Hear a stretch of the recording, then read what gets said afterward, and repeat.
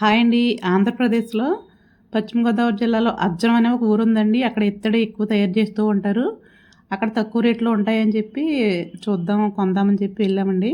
కొన్ని సామాన్లయితే తీసుకొచ్చాం. ఇవి మీకు చూపించబోతున్నాను. వీటి రేట్లు కూడా చెప్తానండి. మనకి ఎన్ని సామాన్లున్నా సరిపోవు కదండీ. ఒకటి చూసేసరికి ఇంకా కొనేయాలనిపిస్తది. రాగి బిందె ఆల్రెడీ పెద్దదుంది. నేను చిన్నది కావాలని చెప్పి తీసుకున్నానన్నమాట. 5 లీటర్లు పడుతుంది ఇది. 1000 రూపీస్ పడింది. తర్వాత ఇవి మనం పాలు పొంగించుకోవడానికి, అన్నం వండుకోవడానికి కూడా బావుంటాయి. ఇవి కొంచెం ఈ పెద్ద సైజ్ వచ్చేసి 600 పడింది. ఆ గరిటె రూ. 120 ఎంతో పడిందండి. ఇదైతే 350 పడిందండి. కొంచెం లైట్ వెయిట్‌గా ఉంది. పాలు కాచుకుంటాకి అయి బావుంటుంది.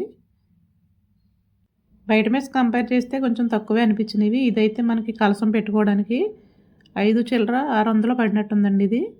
తర్వాత ఈ పళ్ళెం వచ్చేసి 600 పడింది. కుంకుమ భరణి రూ. 45 పడిందండి. లైట్ వెయిట్‌గా ఉంది. కానీ బావుంది చూడడానికి. దీపారాధన కుందులు ఉన్నాయి చూడండి పెద్దవి. అవి ఒక్కొక్కటి 300 పడినవి.